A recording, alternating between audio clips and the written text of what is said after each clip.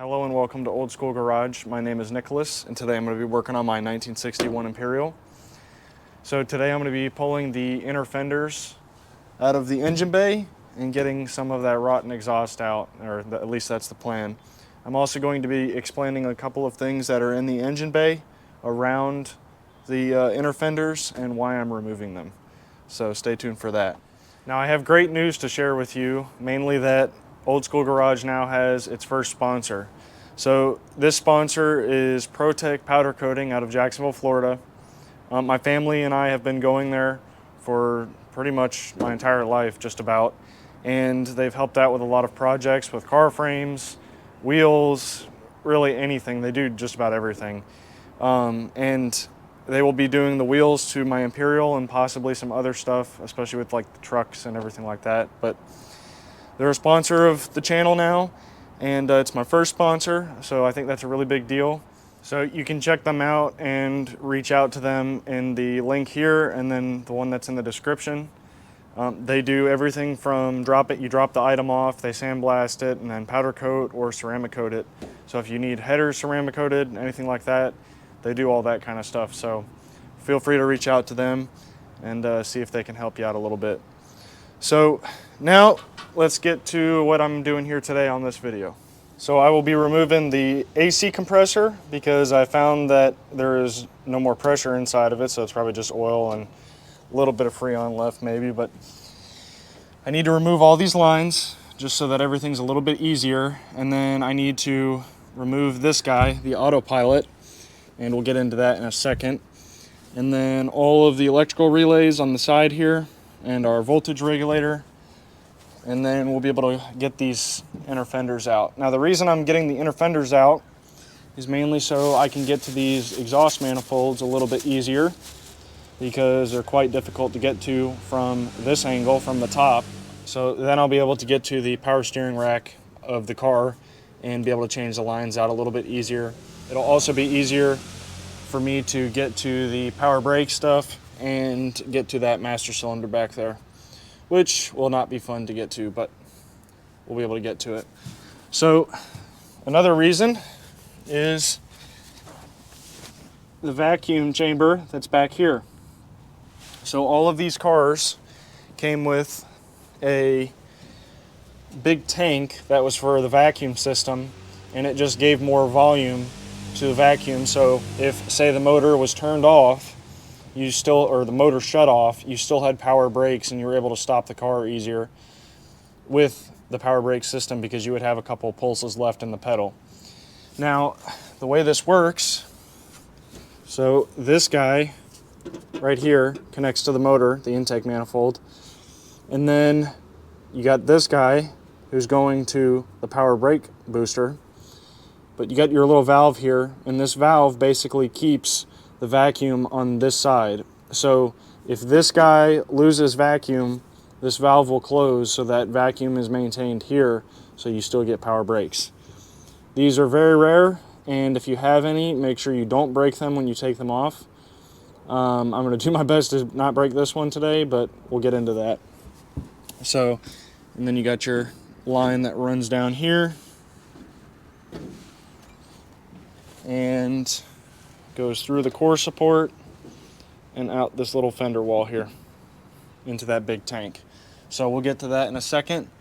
You'll get to see all of that, and hopefully most of it's not rotted away. All right, first things first, to make sure that our system is drained. Now I've already checked this, but you can loosen these caps and you'll have a Schrader valve inside here. And when you push this guy, you'll know if you have pressure or not. Now, I've probably got some residual Freon in the condenser or possibly over here in the dryer, because I'll get a slight hissing for less than a second if I let it sit for probably about an hour. Only out of this guy though. So I know I have Freon somewhere, but it's not enough to pressurize the system in any way. So it's probably cracking through one of these hoses or leaking through one of these hoses. So let's get to removing these lines, not drop the compressor, and We'll get to see if any of them are broken, which I'm sure we're going to cross that at some point, but this is going to clear out this entire area and make getting that intake manifold on a lot easier when I'm ready to do that.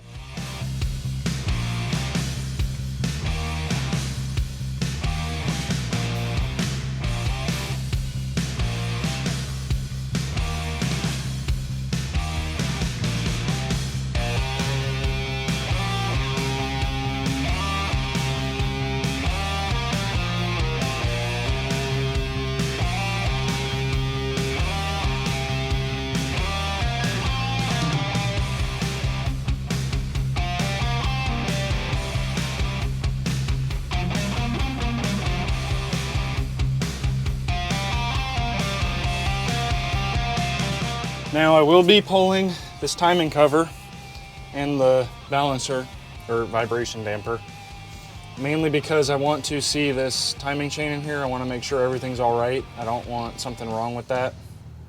And then I'm going to clean this guy up just a little bit, make sure that the rubber is intact, and then I'm going to reseal the oil pan. So I'll be dropping the oil pan, possibly gonna have to jack the motor up to do that, we'll see. But this will give me better access across the front of the motor for doing everything, putting the intake manifold on, stuff like that. And then I can just drop everything back down. The reason I was leaving it connected was because I was under the impression that it was still sealed. Mainly the entire AC system was still sealed, but now I know that it's not, so there's no point in leaving it on here. So I'm gonna put some caps on these guys, make sure everything's sealed up there, and then I'll be good to go, and so we can start pulling this guy.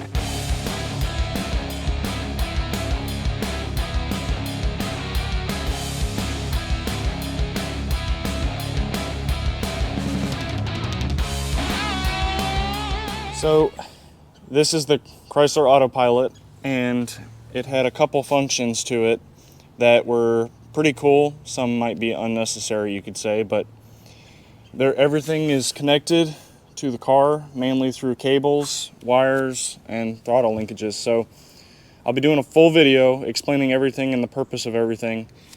But there was a couple functions like speed reminder, where you would set your cruise control, or not cruise control, but you would set the knob to a specific speed, and this motor would provide feedback on the pedal when you were driving down the road and you reached that specific speed. So if you set it to 40 miles an hour, you'd get to 40 and then the pedal would get stiff for a second. You could go past it, but it would be a speed reminder.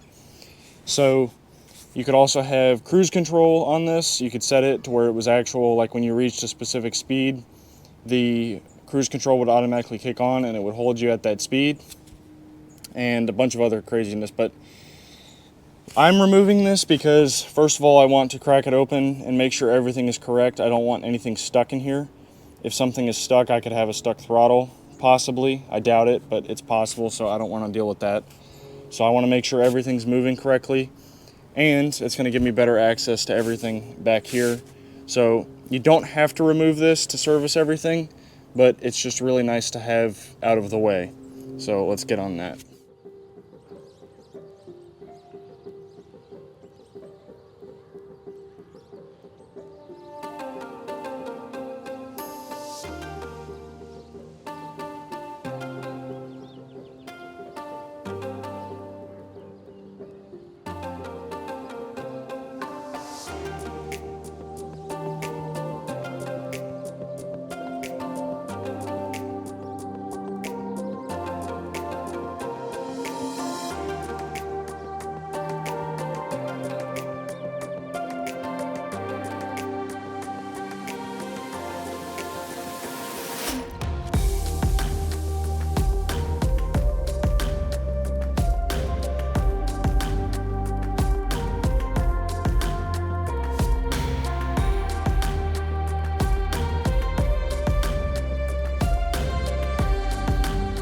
Looks pretty clean in here. There's no signs of like rot through anything. I do need to scrape some of this undercoating off to confirm all that. But you can see this is the headlight bucket. Right here, you can see this is where it dips in. So it's actually kind of cool to see from the back side. So now I just got to remove these bolts and then this guy over here, and the inner fenders are ready to go out. All right, so I've removed both inner fender wells, and now I can see all up inside. So as you can see, there's a bunch of primer up there. There's some rust around the mirror. And we have a lot of dirt down here. So now is the perfect time to get all that out. I may decide to go in here and strip all this, get all the rust off, and paint it and seal it. I may do that, I don't know yet. If not, I'll just come back at a later date. It's all looking good up there. And let's go look at the other side. So we have good access to the motor. You can see up there, it's all good, no rust. We're sitting in a barn for 25 years. This thing is in great shape. We'll get to this in a second. But there's our power antenna motor. Frame looks all right. Definitely needs to be stripped and repainted. But overall, really good shape. Now, with this guy, I've been lubricating him for, I want to say probably 6 to 8 months now. And you can see there's oil sticking up. I'm just using a graphite oil, graphite-based oil. And I've got it rigged up to a switch. I got it moving a little bit. I know I have good connection, and I'm on the correct terminal. So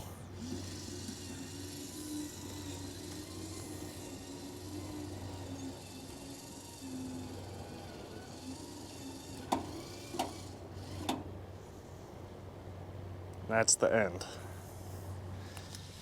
This guy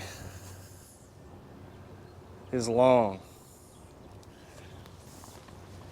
I'm 6'3", now obviously the car is on blocks, but I can't even reach the top of it, so it's definitely unique to say the least.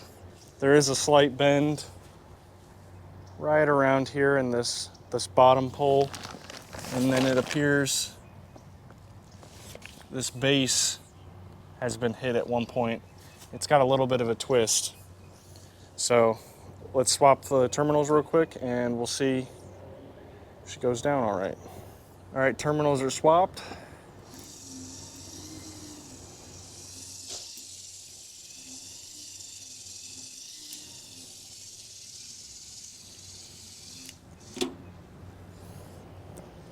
Man. Now, if you know anything about these cars, you know that they never work, or these power antennas rarely work. You gotta kind of clean them up a little bit, get them going, possibly pull the motor and get everything going again. But to me, that is a great sign that the vehicle's been seriously maintained. And so now we can start working on the exhaust. I have great access to the manifolds. This side, not as much because of the steering box, but it's fine. It's a lot better than it was. So now we can finally start working on this old girl again. I do plan on replacing the freeze plugs because they appear they've been replaced, but I mean I'm here. That's my main thing, is I'm here, why not type of deal. So this will be a great opportunity to get that done. But we're gonna get this old exhaust out. That's the first step. And we're probably gonna end up cutting it somewhere back in there and then I'm just going to do a dump for now.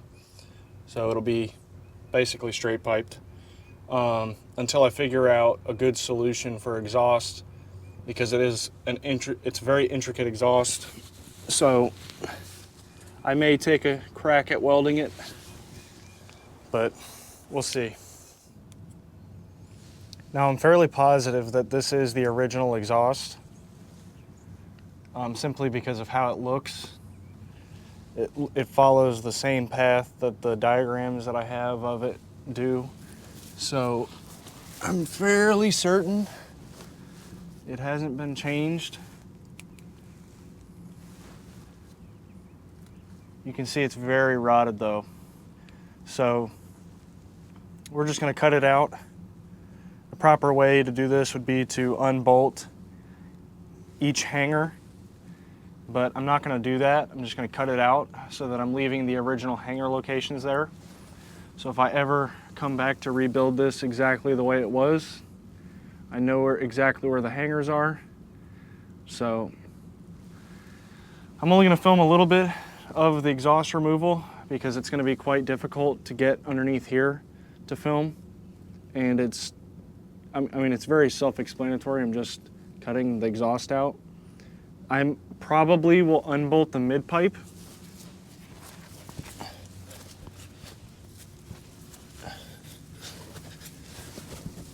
And what I mean by mid pipe is up here.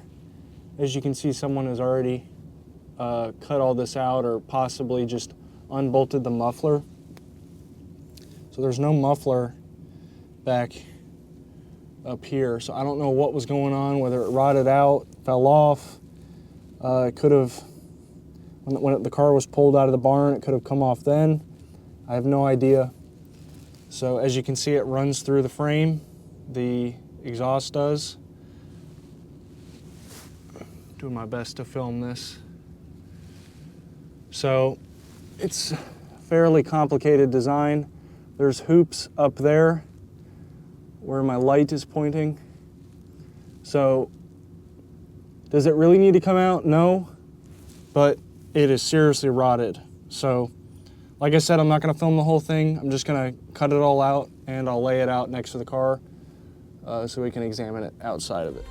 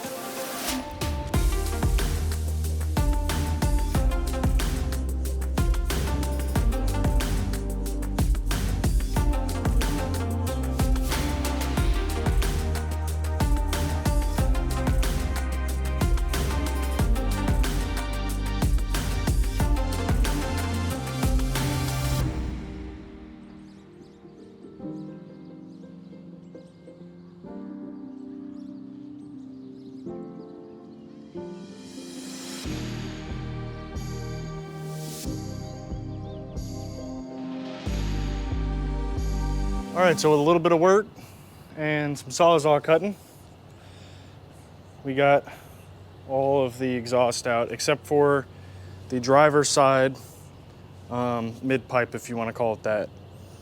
So the other side's pretty stuck on there and it's going to have to come off with the manifold. Someone probably was trying to fix this muffler that was right here.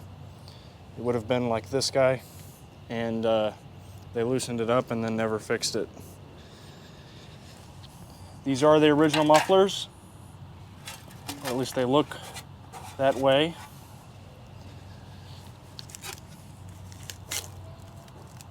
Bad, super rusty. These guys are huge. I know there's a number on this. Possibly a Chrysler number, not sure. Look at that, that is nasty. You can see just so rotted. It's interesting it rotted on the top of the exhaust and not the bottom. So I'm guessing condensation maybe got to this. The original end pipes. So this is definitely not going back in the car, and will more than likely be scrapped. So one further step, it's a lot easier to access stuff underneath now. We can take a look of everything up on the floors and everything like that. But before I let you go, let's take a look at this vacuum tank, and we'll see if it's any good. All right, so here's the vacuum tank. I just lightly went over it in the bead blaster, nothing crazy. I don't see any rust holes on the top. But the main goal that I need to address with this, I need to make sure that it's not leaking. If I have a leak on this, I'll have a vacuum leak on the motor, and we will have some idling issues. So to test it, we're going to use our handy dandy vacuum gauge. You can use it for bleeding brake lines, whatever you want. But for this, you're going to simply find a fitting that will fit into the tube, and then we're going to pump it up. All right, so I got it pumped up. I'm right at 5 inches of mercury. Don't know if it's focusing very well, but. And then to test this, you'll just let it sit. So I've already gone ahead and done the testing. I tested it at 10 inches of mercury and 20 inches of mercury, both times at 10 minutes, and I did not lose any vacuum. So I know that this guy is sealed and that I'm good to go and use it on the car, and I won't have any issues. So if you've gotten to this point of the video, I really appreciate it. Thank you for watching. Lots of progress made today on the Imperial, and still a lot more to go before we can get her running. But it's all in the name of progress. You just got to keep chugging along. Thank you again to all my subscribers, everybody who leaves comments. I really appreciate it. I really enjoy answering every comment that everyone leaves. And don't forget to like, comment, subscribe if you haven't already. And I will see you in the next video, possibly on one of these guys or back on the Imperial. So y'all have a blessing.